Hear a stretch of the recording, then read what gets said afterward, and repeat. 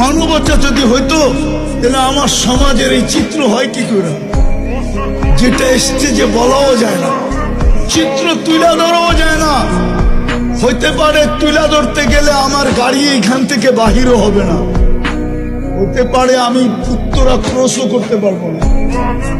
মানবতা থাকলে তো এরকম ছিল চিত্র, ময়দানে জীবনটা বাহির হইতেছে পিপাসায়, আপন ভাই পানি নিয়ে ছুটা গেছে, পাশের থেকে একজন ডাক দিছে পানি, বলছে ভাই ও পিপাসিত বেশি, ওর কাছে জানা। ওইখানে যাওয়ার পরে আরেক জায়গার থেকে আওয়াজ আসছে পানি, তো দ্বিতীয় বলছে ও আমার চেয়ে বেশি পিপাসিত, ওইখানে যান না। ওইখানে যা দেখে দুনিয়ায় নাই, তৃতীয় জনের কাছে আইসা দেখে দুনিয়ায় নাই, আপন বাড়ির কাছে আইসা দেখে ও নাই। এটার নাম তো ছিল মানবতা, এটার নাম তো মানবতা ছিল না। যে 1000 টাকার শাক নিয়ে রাস্তার পাশে বসতে বেচতে হয়তো 1500 টাকা বেচবে, 500 টাকা মিলবে, 2 কেজি চাউল কিনবে, একটু শাক কিনবে, একটু ডাইল কিনবে, ওর কাছ থেকে আইসা তো হাত পাতা উচিত ছিল না যে দেরি 100 টাকা। কি মানবতা? তুমি মানুষ, মানবতা ছিল।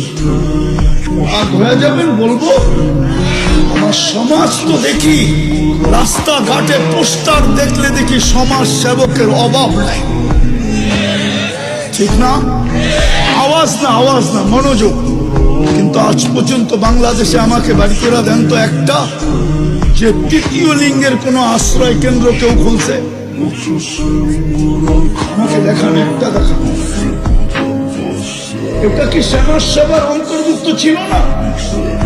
যে তৃতীয় লিঙ্গের মানুষগুলা রাস্তায় রাস্তায় ঘুরবে আর মানুষকে বিরক্ত করবে আর হাত পাতবে আর বাসা বাড়িতে উঠে চিল্লা চিল্লি করবে, আর যুবকরা ওদেরকে নিয়ে মজা নিবে।